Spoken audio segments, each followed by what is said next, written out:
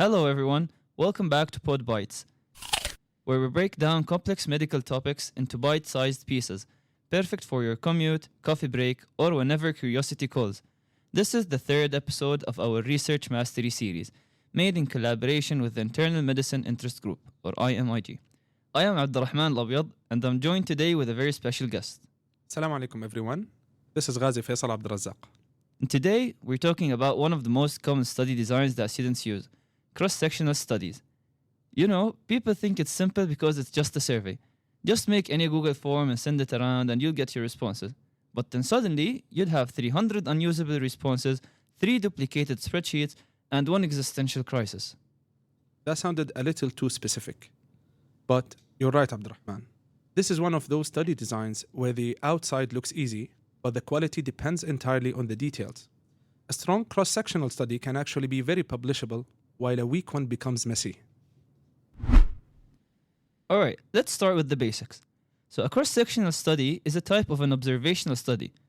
So what exactly does that mean? It means that we're not doing any intervention. We're simply observing and measuring things as they already exist. Specifically, in a cross-sectional study, you're measuring both the exposure and the outcome at the exact same time. And like we mentioned in our previous episode, we want you guys to think of it as a snapshot. You're not following patients over time. You're not waiting to see what happens later on.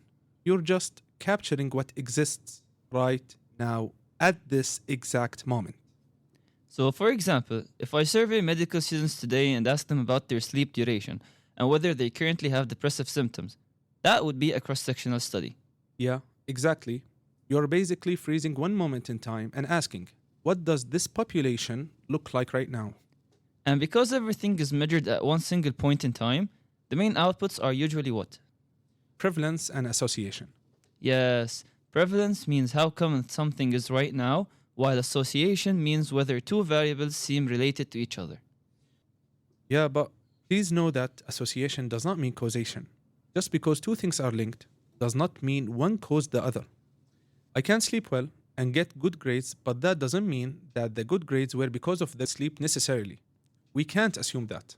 And this is where one of the most important concepts comes in, temporality, coming from the word time. Cross-sectional studies cannot establish temporality, meaning you cannot confidently determine which came first, the exposure or the outcome. All we know is at this specific point in time, both of them are occurring. Let's change up our example a bit. Let's say if short sleep is associated with depression. We cannot say short sleep caused depression, right? Exactly. Maybe poor sleep contributed to depression, or maybe depression caused the poor sleep. Maybe something else entirely caused both of them. We simply don't know. And that's why cross-sectional studies are best for measuring prevalence or burden, describing populations, identifying possible associations, and generating hypotheses. But not for proving cause and effect relationships. So if you are planning to study causation, or even incidence, meaning you want to measure new cases developing over time, not just existing cases at one moment, you should probably avoid using a cross-sectional design completely. Why is that? Because again, cross-sectional studies do not follow people longitudinally. However, despite those limitations, we still use them all the time because they are practical. They are fast, relatively inexpensive, and much easier to execute than something like a cohort study or a clinical trial. You collect the data once, and you can still get meaningful results without worrying about long-term follow-up or patients disappearing halfway through the study. Now, this next segment is where you can really make your studies stronger. The research question itself. Yeah, don't underestimate this step, turning a broad idea into a clear, measurable, and executable research question. Because if your question is vague, then your variables become inconsistent. Your data becomes messy, and eventually, your results become meaningless. So this is literally the foundation of your entire study. And nobody starts with a perfect question. You usually begin with something broad like burnout in doctors or sleep and academic performance. But those are topics, not actual research questions. A proper cross-sectional research question should clearly include who you're studying, the outcome you're measuring, and the exposure you're assessing, and where or when the study applies. So instead of saying mental health in students, you'd say something like the prevalence of moderate depression among medical students at Faisal University, for example. So now immediately the reader understands who you are studying, what you are measuring, and what the study is actually about. And another massive beginner mistake is trying to measure everything at once. You can't do that. You need to be precise with one primary outcome and then one main exposure. Yeah, like if you try to study burnout, sleep quality, dietary habits, exercise, socioeconomic status, social support, GPA, caffeine intake, and personality traits, all in one questionnaire, at that point, your participants are going to need therapy after finishing the survey. And realistically, nobody's completing a 45-minute questionnaire properly. I'm not gonna lie, I personally contemplate skipping any survey that just says next page. So remember this. A perfect sounding research question is useless if you cannot realistically collect the data for it. Keep it measurable and feasible. That brings us to operational definitions. What does that mean? It means how exactly are you measuring each variable? And this is extremely important because it's not enough to just say what the variable is. You need to explain how it is specifically defined inside your study. So, for example, a weak way to define a variable would be just saying depression. But listen, a much stronger and more scientific way would be saying depression defined as a PHQ 9 score of 10 or above. Let me give you another example. If your variable is exercise, don't just write exercise habits. Instead, define it properly. For example, the number of days with at least 30 minutes of moderate physical activity during the past 7 days. Can you see the difference now? Without clear operational definitions, everyone interprets the variables differently. That's right.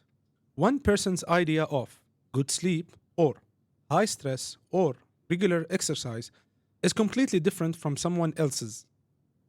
And if every participant interprets the question differently, your data becomes inconsistent.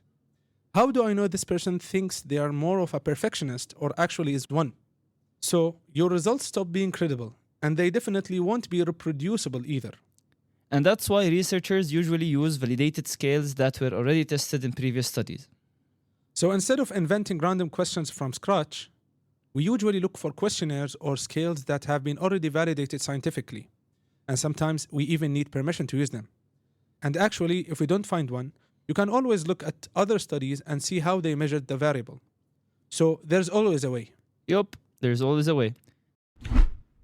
Another thing we'd like to mention is coding. Coding basically means creating a standardized system for how data will be entered. When setting up your data collection spreadsheet, it's good practice to assign clear codes to each variable from the start. Yeah, for example, you can assign the number 1 to be male and 2 female, or predefined categories for responses based on your needs. This keeps your dataset consistent across all entries, reduces ambiguity, and makes data cleaning and analysis much smoother later on. Having a standardized coding system early prevents a lot of common issues like mixed formats or inconsistent labeling when you begin analyzing the data. So try to do this early on. Yeah, and the important thing is consistency. Everyone in the team has to follow the exact same coding system from the beginning. Messy coding creates massive data cleaning problems later on. So honestly, just standardize things early and save yourself the headache. Great. Now let's move on to questionnaires. What makes a good questionnaire in your opinion, Ghazi? Okay, that's a great question, Abdulrahman. A questionnaire is not just a random list of questions. A good questionnaire does 3 things. It's clear, it measures exactly what you intend, and it produces data that can be analyzed easily. If any of these fail, the study becomes weak. So your goal is to design questions that translate directly into clean variables. It is actually a measurement tool, just like any other tool in medicine. And if the tool itself is inaccurate, then naturally your results will also be inaccurate.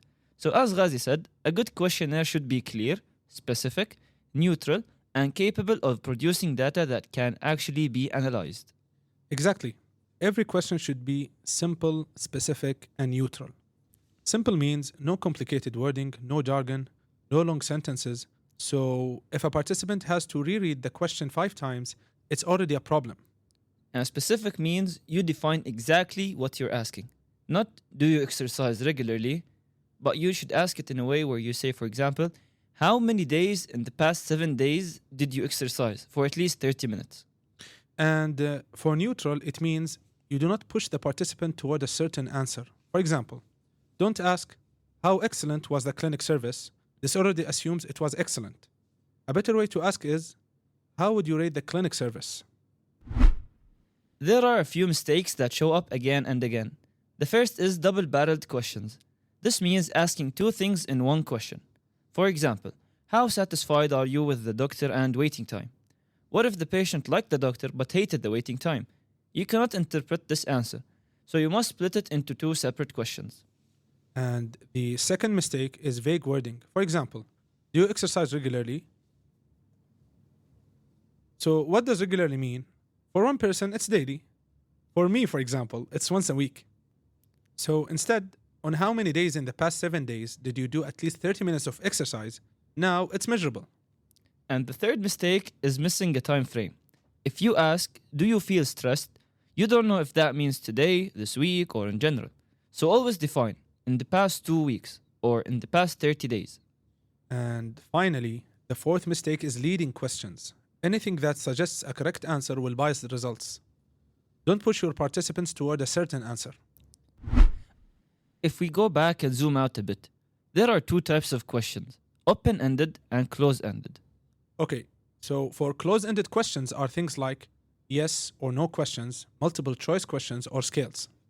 These are easy to analyze, and they should be used for main variables or outcomes or exposures. Now, for open-ended questions, on the other hand, are free text responses. They allow participants to explain things in their own words, which can be useful for exploring ideas or collecting explanations, but they are harder to analyze.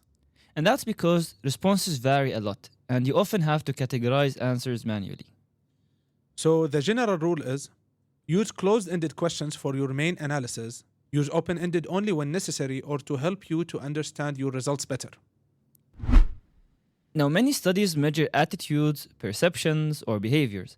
For these variables, you need scales, and the most commonly used type is the Likert scale. A Likert scale is simply a way to measure how strongly someone agrees or disagrees with a statement, instead of forcing a yes or no answer. This is important because it captures the degree of a response, not just the presence or absence of it. What does a typical Likert scale look like? I'm sure we've all seen it. It's the type of questions that goes like strongly disagree, disagree, neutral, agree, and strongly agree. This allows you to understand how strongly they feel about something, which gives you much richer data for analysis. Now, when designing a Likert scale, there are a few key things that must be done correctly. First, you need to choose a consistent number of response options. Most commonly, this is either 5 or 7 points.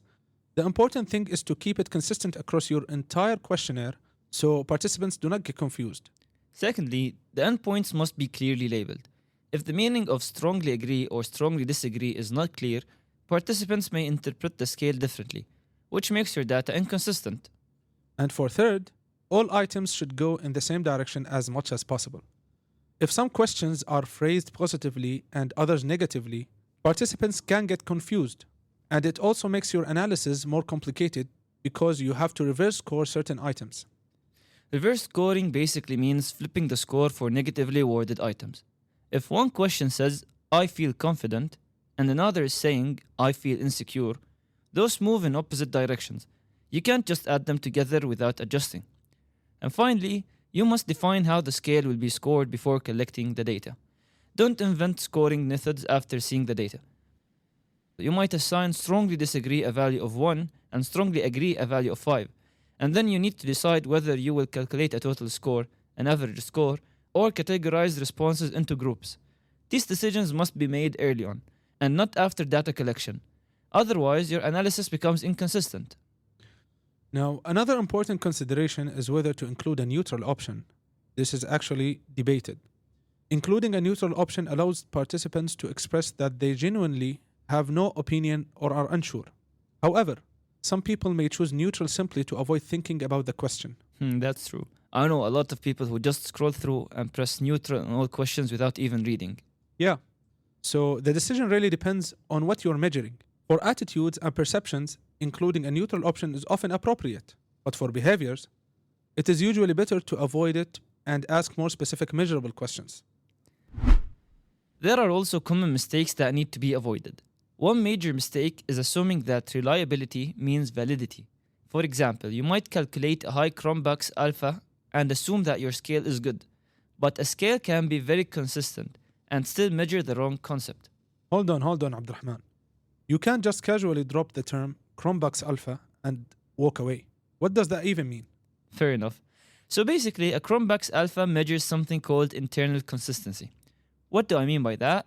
Basically, it's just a fancy way of asking, do these questions behave like they're measuring the same general idea? For example, let's say you're assessing depression. Now let's assume that the participants answering are very depressed. You'd expect them to score similarly across most questions assessing for depression, right? So they'll get a higher score. Or vice versa. If they don't have depression, they'll score low on all these depression questions. The questions should kind of show a similar pattern. Like, for example, if the questions say, I've lost interest in things I normally enjoy. I feel tired even after sleeping well. I struggle to concentrate. I feel hopeless, and so on. And they strongly agree to all these questions exploring different aspects of depression. Then it makes sense, and the questionnaire is consistent in its assessment of the same thing, which is depression. But if responses are all over the place, like high on some questions and super low on others with no clear pattern whatsoever, then maybe some questions don't belong, or maybe they are measuring something completely different, so they are not consistent and thus not reliable. An important point to note here is that reliability is not the same as validity. A questionnaire can have a super high Chromebox Alpha and still measure the wrong thing. Just like a broken weighing scale that always adds 10 kilograms. It is technically reliable because it gives you the same results every time, but it's not valid because the results are just wrong. And here is another really important nuance. If Chromebox Alpha is extremely high, usually above 0.9, that can actually be a bad sign. Because at that point, your questions may just be repetitive instead of informative. Like if your questionnaire says, I feel sad, I feel unhappy, I feel emotionally down, I feel depressed. Congratulations, you didn't build a better questionnaire. You just discovered 4 synonyms for sadness. Another issue is that the flow of your questionnaire also matters more than people think. You should start with simple and non-sensitive questions so participants would feel comfortable, and then you gradually move on to the more specific questions, and only later on do you include the sensitive topics. So if you start with difficult or personal questions, the participants are more likely to drop out early or give you lower quality responses. And finally, your questionnaire must be analysis ready. Before collecting data, you should ask yourself whether every question can be directly converted into a variable. If a response cannot be clearly coded into a number or category, it will be difficult to analyze. You should avoid questions that produce unclear answers or response options that overlap. Every response should map cleanly into a format that can be used in statistical analysis. So guys, the key takeaway here is that your questionnaire is your measurement system. If the questions are unclear, biased, or poorly structured, your data becomes unreliable. And once the data is collected, you cannot fix the bad questions. And that is why strong studies are built at the questionnaire design stage, not at the analysis stage.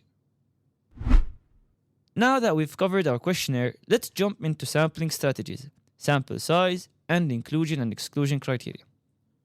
This part determines whether your results actually represent the population you care about, or if they just reflect a biased group of people.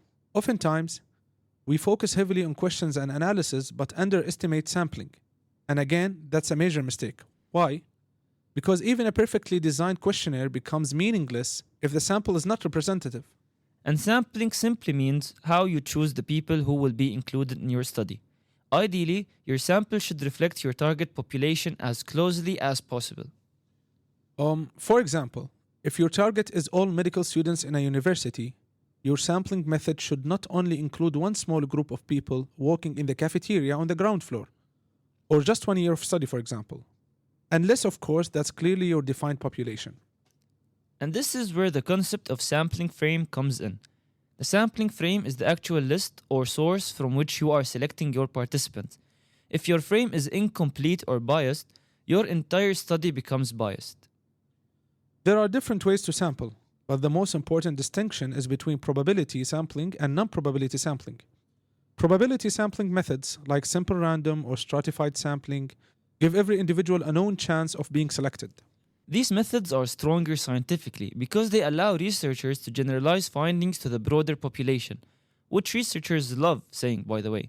Generalizable. Makes them feel powerful. Non-probability methods, like convenience sampling, are easier and faster but come with a higher risk of bias. And that basically means I ask whoever answered the Google form first. Honestly, yes.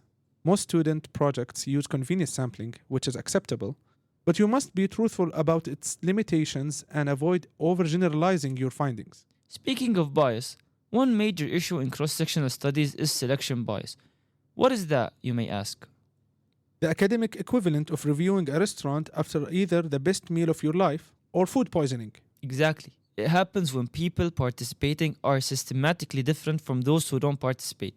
For example, if only highly stressed students answer a burnout survey, your prevalence suddenly looks terrifying. Then there is non-response bias, which is basically the silent cousin of selection bias. The two blue checks seen at 2 p.m. bias. People who choose not to participate may differ significantly from those who do, especially in online surveys. Which is why distribution matters way more than people think. Half the battle is convincing exhausted students to open the form in the first place. Okay, for sample size, it's another critical component. Why? Because it affects how precise your results are and whether your study has enough statistical power. Ah, yes, statistical power. The phrase everyone nods at confidently and secretly Googles later. In cross-sectional studies, sample size is often calculated based on prevalence, meaning you want your estimate to be reasonably close to the true population value. In other words, enough participants so your results don't look like pure chaos. Inclusion and exclusion criteria are also essential because they define exactly who can and cannot participate in the study. Which sounds simple until someone submits the survey 6 times for the raffle prize. Inclusion criteria should clearly define the target population, things like age range, setting, and time frame. And exclusion criteria removes the participants who could distort the results, like duplicate responses or the incomplete data. So yes, rejecting suspiciously identical submissions is part of science. Okay, now let's say questionnaire and sampling plan are ready. What's next? So once your questionnaire and sampling plan are ready, the next step is actually collecting the data. This might sound straightforward, but the goal here is not just to collect data, but to collect it in a way that's consistent, accurate, and reproducible. And there are 3 main ways data is usually collected in cross-sectional studies. Let's start with the first one, shall we, Ghazi? Yeah. So the first is online self-administered surveys, which are the most common in student projects. These are fast, low cost, and easy to distribute through platforms like Google Forms or RedCap. However, they come with risks. You may not know who's responding, you may get duplicate entries, and you may have selection bias because only certain groups choose to participate. By the way, RedCap is a secure platform used for collecting and managing research data, especially in medical and academic research. Think of it like a more research-focused version of Google Forms, but much more secure, organized, and designed for clinical studies. Researchers use it to create surveys, store participant data securely, track longitudinal studies, manage databases, export data directly to SPSS, Excel sheets, and control who can access or edit the data. A lot of hospitals and universities use it because it's compliant with research privacy and security standards, which is very important when handling patient information. So a student project might use Google Forms because it's simple. A hospital-based clinical study collecting patient data would often use RedCap instead because it's safer and more structured. Exactly. And the second method to collect data is interviewer-administered surveys, where a person asks the questions directly. This improves completion rates and allows clarification if a participant does not understand a question. But it introduces another issue, which is interviewer bias. The way a question is asked or explained can influence the answer, so standardization is critical. And the third method is paper-based data collection. This is still used in some settings, especially where internet access is limited. But the main issue here is data entry error, because responses need to be manually entered into a database later. No matter which method you use, the key concept is standardization. Every participant should experience the same process. That means the same questions, the same wording, the same instructions, and the same conditions as much as possible. If different participants interpret questions differently or receive different explanations, your data becomes inconsistent. And for online surveys specifically, there are additional things that you must plan and report. You should define how you measure engagement with your survey. This includes how many people saw the survey, how many started it, and how many completed it. Instead of just reporting a vague response rate, it is better to clearly describe these stages. You also need a system to prevent duplicate entries. This can include using cookies, checking IP addresses, or reviewing timestamps and response patterns. You must also decide in advance how you will handle duplicates if they occur. Another important aspect is data integrity, which means ensuring your data is correct and reliable. This should be built into your study design, not fixed later. Yeah, like for example, you can set limits on acceptable values such as age ranges, or use logic checks so that certain answers only appear if relevant. You should also avoid making too many questions mandatory unless they are truly essential, because forcing responses can reduce data quality. After data collection comes data cleaning, which is one of the most underestimated but essential steps. Raw data is almost never ready for analysis. Cleaning means preparing the data so it is accurate, consistent, and usable. Data cleaning should be documented. You should keep a record of what changes were made and why. This is part of research transparency and reproducibility. If someone else cannot understand how your dataset was prepared, your study becomes less credible. Exactly. Good data collection ensures consistency, and good cleaning ensures accuracy. If these are done properly, your analysis becomes meaningful. If not, even a well-designed study can fail. Designing a questionnaire is good, but it's not enough. You need to show that your questionnaire actually works, meaning it measures what it is supposed to measure, and does so consistently. Before launching your full study, you should always do a pilot. What does that mean exactly? A pilot study is a small test run of your questionnaire and your data collection process. The goal is not to get results, but to identify problems early. This includes checking whether participants understand the questions the way you intended, whether any questions are confusing or ambiguous, whether the survey is too long, and whether there are technical issues like skipped logic not working properly. One of the most useful techniques in a pilot is cognitive interviewing. This means asking participants to explain how they understood each question and how they chose their answer. For example, you might ask, "What does this question mean to you?" Or "How did you decide on your answer?" This helps you detect hidden problems that you would not notice just by looking at responses. When deciding whether to use an existing questionnaire or create your own, the best approach is almost always to use an existing validated instrument if one fits your purpose. This saves time and increases credibility. However, even when you adapt an existing tool, you still need to show that it works in your specific population and context. If you change wording, language, or response options, you are essentially creating a modified version, and you need to assess at least content validity and reliability. If your questionnaire needs translation or cultural adaptation, there is a structured process for that. This usually involves forward translation, back translation, expert review, and pilot testing. The purpose is to make sure that the meaning of each question is preserved, not just the words. When reporting your study, you should clearly describe how your instrument was developed or adapted, how it was tested, and what evidence you have for its reliability and validity. This includes who reviewed it, how the pilot was conducted, and what changes were made. Okay, at this stage, your study is almost complete from a design perspective. But there are still critical elements that determine whether your work is acceptable scientifically and ethically. This includes how you handle the participants' data, how transparently you report your study, and what tools you use to collect and analyze your data. Participants must be informed about what the study is, what data is being collected, how it will be used, and that their participation is voluntary. They should have the right to skip questions or withdraw at any time. You also need to clearly state whether the data is anonymous or confidential. Anonymous means you cannot identify the participant at all. Confidential means you can identify them, but you protect their identity and limit access only to the research team. Data protection is another key aspect. You should collect only the data you actually need, store it securely, and define who has access to it. If you are collecting identifiable data, this becomes even more important. and this is where the choice of tools matters.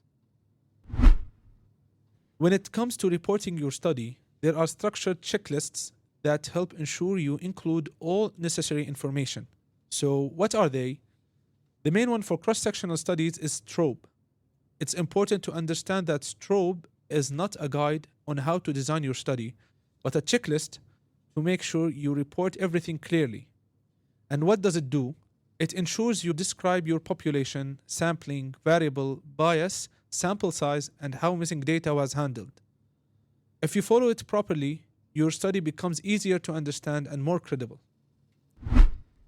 And can you believe it? That brings us to the end of our episode. Wow! Remember, cross-sectional studies look simple, but they require careful thinking at every stage. You need a clear, measurable question, well-defined variables, a properly designed questionnaire, a sampling plan that makes sense, and a validated instrument. You need to collect data consistently, clean it properly, and analyze it with the right understanding. You must report your methods transparently and respect ethical principles throughout. If you approach it step by step as a structured system rather than a random process, it becomes manageable. Most failed studies do not fail because the topic was bad, but because the process was unclear or inconsistent.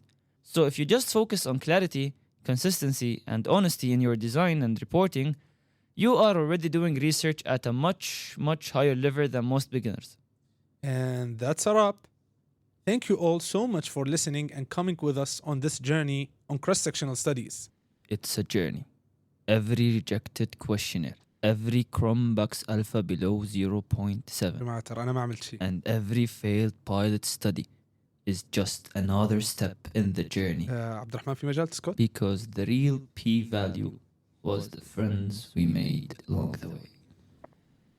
عموما, we'll see you in the next episode of PodBites.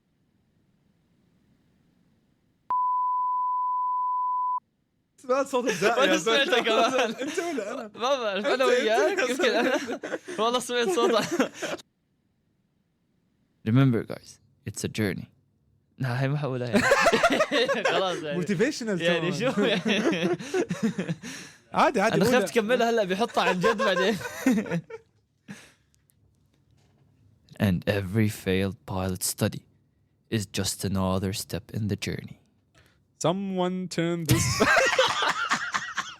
Someone did this off please. يا شباب هذا يسكتهم. أولى مرة 3 إنه خلص الحلقة يعني. 2 1 Because the real p value لا ما زبطة كانت أحلى. لا نعيد من أول هيك.